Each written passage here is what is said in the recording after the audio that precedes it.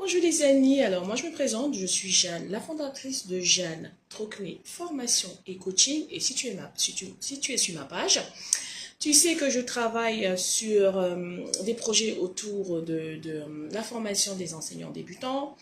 Tu sais aussi que voilà, je fais du coaching, je fais de la formation à distance, etc. Et aujourd'hui, le sujet du live, c'est tout simplement de t'expliquer en deux, trois mots comment gérer ta classe quand tu débutes.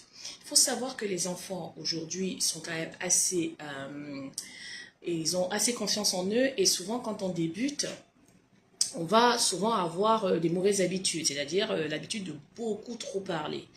Ça, c'est la première mauvaise habitude. Alors, je vais te donner une astuce qui est assez simple.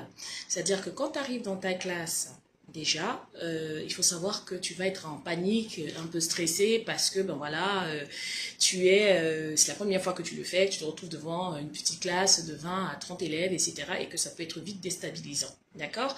Et donc, la première chose à faire, c'est de patienter quand tu exiges le silence. C'est vraiment pas de trop échauffer sa voix, trop s'énerver, etc. C'est juste de, par exemple, tout simplement, de se mettre au milieu de la classe, juste devant eux, et de croiser les bras. En général, les enfants, ça les déstabilise. Si on se met juste là, on attend, on a les bras croisés sur la poitrine, et ils vont se dire, ouh, ça va pas du tout, le maître attend, la maîtresse attend.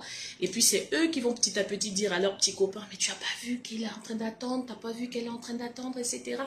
Et vous déjà, ça va vous donner un peu d'assurance et tout ça, et puis vous allez pouvoir vous poser en tant que responsable de cette classe. D'accord? La deuxième astuce, c'est simplement de commencer votre séance. Vous avez une séance, par exemple, je ne sais pas moi, sur les mathématiques. Vous voulez commencer votre séance, vous allez chuchoter. Chuchoter. En général, ça aussi, les enfants, ça a tendance à les déstabiliser. Ça ne sert absolument à rien de crier, de s'énerver, etc. Vous allez vite vous épuiser. Et ce n'est pas l'objectif. Il faut savoir qu'une journée dure facilement autour de 6 heures pour un enseignant, et ça va vite être chronophage et long. Donc, petite astuce, se poser, se mettre devant les élèves, croiser les bras, et puis patienter un tout petit peu, etc. Et attendre le silence. En général, ça fonctionne très très bien. D'accord?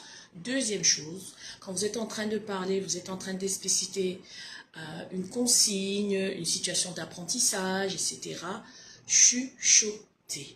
Ou alors, décomposez vos mots pour vous assurer bien, en regardant votre audience, qu'ils sont bien en train de vous écouter. Déjà, ça vous permet de ne pas aller trop